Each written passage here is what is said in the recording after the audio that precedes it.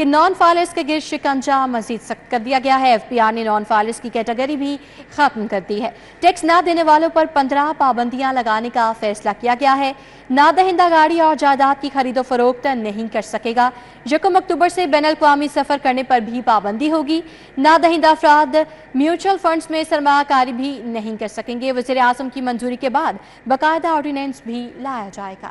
Non filers ہوشیار ہو جائیں، FBR نے شکنجہ کس لیا۔ FBR نے نان فائلرز کی کیٹیگری ختم کر دی، لیکن ٹیکس نہ دینے والوں پر پابندیاں بڑھا دی گئیں۔ ابتدائی طور پر جائیداد، گاڑیوں، بین الاقوامی سفر، کرنٹ اکاؤنٹ کھولنے پر پابندی لگائی جائے گی۔ مجموعی طور پر 15 پابندیاں لگائی جائیں گی۔ ذرائع کے مطابق جدید مشین لرننگ اور الگوریتھم سے نان فائلرز کی شناخت کی جائے گی۔ ٹیکس ادا نہ کرنے والے افراد میوچل فنڈز میں سرمایہ کاری بھی نہیں کر سکیں گے۔ لین دین پر ٹیکس ادا کرنے سے اب بچنے کے لیے معمولی فیس ادا نہیں کی جائے گی۔ نئی پالیسیوں کے تحت نان فائلرز کو روایتی بینک اکاؤنٹس کھولنے سے روکا جائے گا۔ سمگلنگ روکنے کے لیے اہم داخلی مقامات پر آٹومیشن اور افرادی قوت بڑھائی جائے گی۔ ذرائع کے مطابق گزشتہ سال نان فائلرز سے صرف 25 ارب فیس کی مد میں جمع ہوئے۔ ان افراد سے ممکنہ ٹیکس ریونیو ابھی بھی وصول نہیں کیا جا سکا۔ واضح رہے، وزیر اعظم کی منظوری کے بعد باقاعدہ آرڈیننس بھی لایا جائے گا۔ کلیم Akhtar, city 42۔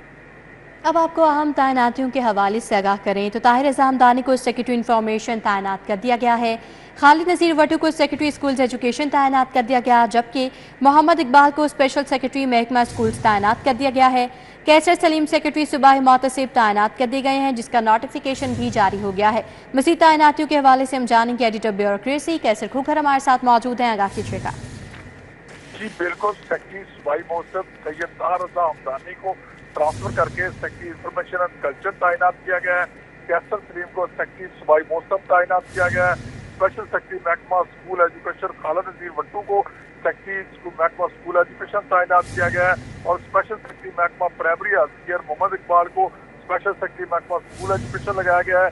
DGPR Punjab doctor شہنشاہ فیصل الدین کو ڈائریکٹر پنجاب آرٹ کونسل لگایا گیا ہے، جبکہ نام سپیر شاہ جو ان کو DGPR پنجاب لگایا گیا ہے۔ یہ نوٹیفیکیشن خود پنجاب نے جاری کر دیا ہے۔ جی کیسر کھوکھر، اپڈیٹ کے لیے آپ کا بہت شکریہ۔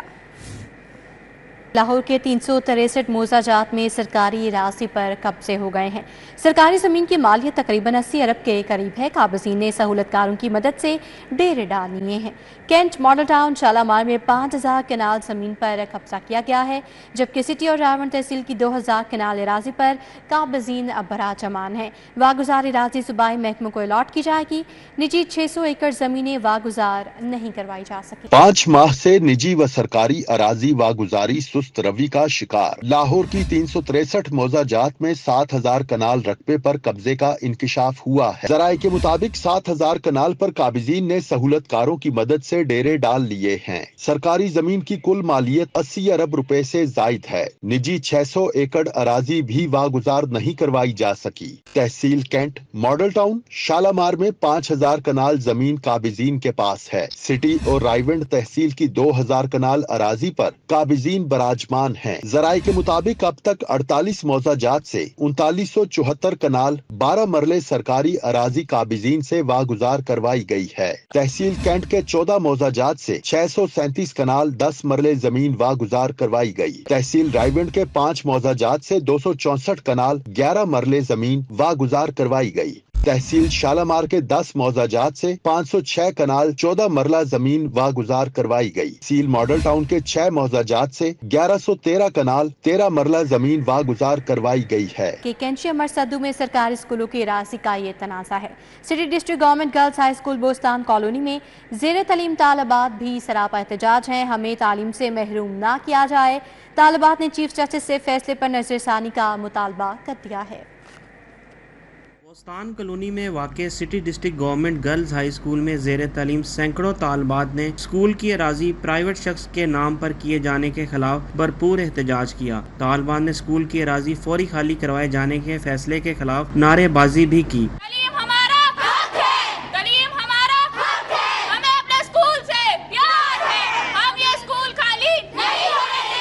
طالبات کا کہنا تھا کہ اسکول میں پڑھائی کا معیار بہت اچھا ہے۔ اسکول بند ہونے سے پرائیویٹ اسکولز کا رخ کرنا پڑے گا، جس کی فیس ادا نہیں کر سکتے۔ اسکول بہت اچھا اسکول ہے. ہم اسکول کو خالی نہیں ہونے دیں گے کیونکہ ہماری کافی اسکول اس در سے کافی بچیاں پڑھ کے بھی جا چکی ہیں اور ہم بھی ادھر تعلیم حاصل کر رہے ہیں. اکلوتا اسکول ہے, باقی سارے اسکول اتنی دور ہے. ماں باپ اپنے بچوں کو کیسے پرائیویٹ اسکول میں پڑھائیں گے؟ کیسے وہ آ کے ہمیں کہہ سکتے ہمارا اسکول خالی کرے؟ والدین کا کہنا تھا کہ سرکاری معاملات میں بچیوں سے کتابیں نہ چھینی جائیں. الحمدللہ پورے علاقے کی بہترین درسگاہ ہے اور یہ بچیوں کی بہت ہی ضرورت ہے اس ادارے میں. اس کو چلنا ہماری بہت التجا ہے, اس اسکول کو نہیں بند ہونا چاہیے. اس اسکول کا اتنا اچھا رزلٹ ہے, ہر سال بچیاں بہت اچھے نمبر لے کر پاس ہوتی ہیں. پہلے بھی کافی دیر یہ گنڈے آئے تھے ایک دفعہ اسکول کو گرانے کے لیے. پہلے اسکول تھا, اب تو یہ دوسری بار بنا ہے نا, تو پہلے اسکول تھا لیکن ناکام ہو کے واپس چلے گئے. ادارہ بہت اچھا ہے, پلیز آپ کے ریکویسٹ ہے کہ یہ ادارہ نہ کروائیں. صدر آل ٹیچر ایسوسی ایشن اسحاق کمیانہ کا کہنا تھا کہ بوستان کالونی میں زمین کی سیٹلمنٹ کا کوئی مسئلہ نہیں ہے. Chief justice Lahore high court طالبات کی تعلیمی مستقبل کو دیکھتے ہوئے فیصلے پر نظر ثانی کریں. اس وقت بھی 2000 کے قریب تعداد ہے اور یہاں کسی شخص نے مطلب کورٹ میں ریٹ دائر کی کہ جی یہ جگہ میری ہے, سیٹلمنٹ کی ہے, جبکہ یہاں کوئی سیٹلمنٹ کا سسٹم یہ نہیں ہے. تو یہ سارا اس نے ڈرامہ رچایا ہے اور کورٹ کو مس گائیڈ کیا ہے. تو ہماری چیف جسٹس صاحب سے اپیل ہے کہ اس کو ریویو کیا جائے اور پراپر ڈاکومنٹس منگوائے جائیں. مظاہرین کا کہنا تھا کہ اگر زبردستی سرکاری اسکول کی جگہ خالی کروائی گئی تو احتجاج کا سلسلہ جاری رکھیں گے. کیمرہ مین احسن جاوید کے ساتھ جنید ریاض, سٹی 42 لاہور. اب کچھ بات کریں شہر کے مختلف علاقوں میں نصب واٹر فلٹریشن پلانٹس کی تو شادمان UC 198 میں کچی آبادی کا واٹر فلٹریشن پلانٹ خراب ہے. عرصہ دراز سے فلٹریشن پلانٹ بند ہونے سے مکین صاف پانی کو ترس گئے. واٹر فلٹریشن پلانٹ کی بجلی کاٹ لی گئی, ٹوٹیاں بھی غائب ہیں. شہریوں نے یہ شکوہ کیا ہے. مزید کیا تفصیلات ہے جانیں گے عمیر افضل سے. جی عمیر. جی بالکل, اس وقت میں موجود ہوں UC 198 کچی وادی میں, جہاں کا واٹر فلٹریشن پلانٹ جو ہے وہ عرصہ دراز سے غیر فعال ہے. علاقہ مکین میرے ساتھ موجود ہیں, ان سے جاننے کی کوشش کریں گے کتنے عرصے سے ان کو مشکلات کا سامنا کرنا پڑا ہے اور کیا پریشانی ہے. سر مجھے بتائیے گا کتنے عرصے سے یہ واٹر فلٹریشن پلانٹ بند ہے اور کون سی مشکلات ہیں؟ 2-2.5 سال ہو گئے ہیں. ٹھیک ہے, ہمارا تو اڈا ہے, تندور ہے, ہم کسی سے بالٹی پانی کی بھی لینے چلے وہ بھی نہیں دیتے. ظاہر سی بات پانی ہر کسی چیز میں استعمال ہوتا ہے, آٹا گوندنے میں, برتن دھونے میں, ہمیں پانی نہیں ملتا. آپ مجھے بتائیے گا صاف پینے کا پانی میسر نہیں ہے یہاں پہ, کون سی مشکلات کا سامنا؟ جی السلام علیکم سر. بات بسم اللہ الرحمن الرحیم. بات سر یہ ہے کہ پہلے ادھر لگا ہوا تھا ٹیوب ویل, وہ ٹیوب ویل جو ہے اس کی بنیاد ختم ہو گئی. ٹھیک ہے, اس کے دوران ہی یہ لگا فلٹر, وہ ٹیوب ویل کی لائٹ اس کو ملتی تھی, یہ چلتا تھا, لوگوں کو پانی ملتا تھا. وہ ٹیوب ویل ختم ہو گیا, وہ واسا والے جو ہیں وہ اپنا ٹرانسفارم لے گئے. ٹھیک ہے, 1-2 بندوں نے کوشش کی, ڈائریکٹ لگائی, تار جیسے بھی لگائی, وہ واپٹا لے آتے ہیں, وہ کاٹ کے چلے جاتے ہیں. اب نہ تو واسا والے اس کی ذمہ داری لیتے ہیں لائٹ کی, نہ واپٹا والے اس کی لائٹ کی ذمہ داری لیتے ہیں. یہ اندر سے بالکل ان ٹچ, بالکل ٹھیک ہے, صرف اس کو لائٹ کی ضرورت ہے.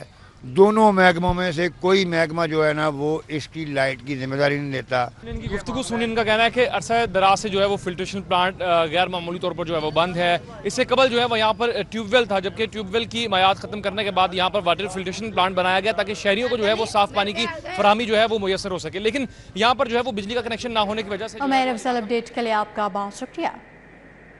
ادھر شاد باغ کے علاقے ایوب روڈ میں نصب شدہ واٹر فلٹریشن پلانٹ انتظامی عدم توجہ اور غفلت کی بھینٹ چڑھ کر غیر فعال ہو گیا.